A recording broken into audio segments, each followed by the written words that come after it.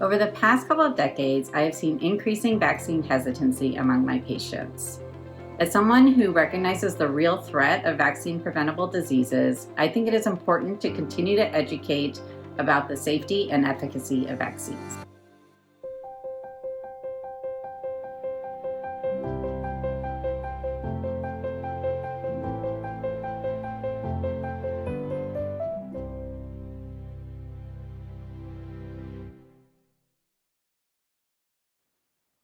I'd like to address reasons why people don't vaccinate. The first reason that I've been hearing, especially more now as we have developed vaccines to SARS-CoV-2, is how well are vaccines tested and are they really safe? Here is a sense of pipeline for how vaccines are developed. It starts in a lab with lots of test tubes and then animal testing until they get a candidate vaccine. Then it goes through 3 big testing phases. Phase 1 is where they have about 100 patients and they look at basic safety, efficacy, and also decide what dose is appropriate.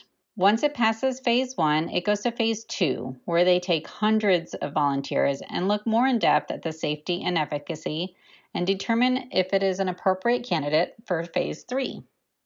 Phase 3 is a huge trial with thousands of patients. Typically, it's about 30,000. And that's exactly what they're doing now with the SARS-CoV-2 vaccines. At the completion of phase 3, the vaccine can be licensed. The other big myth that I would like to address is that vaccines cause autism. Basically, this all started with a group of families in Great Britain who had kids with autism and blamed vaccines as the cause. Their lawyers funded a study that was done by a researcher, Andrew Wakefield, and this was published in 1998. Although it was clearly a poorly done study, and it was proven to be done by a researcher with a vested interest. So 12 years later, all the authors, except for Wakefield, removed their names from the paper, and the Lancet Journal shortly thereafter retracted the study. But the damage was done.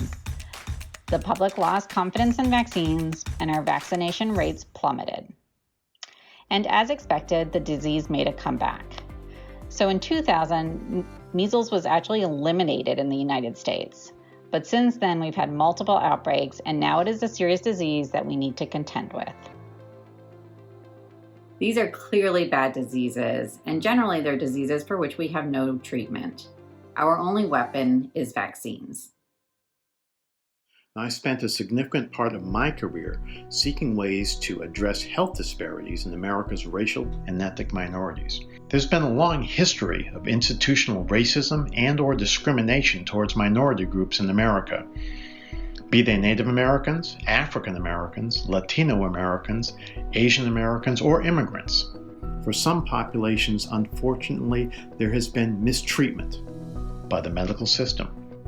This has led to mistrust of the healthcare system and the government by minority groups, which during a serious public health crisis makes these communities especially vulnerable to this disease.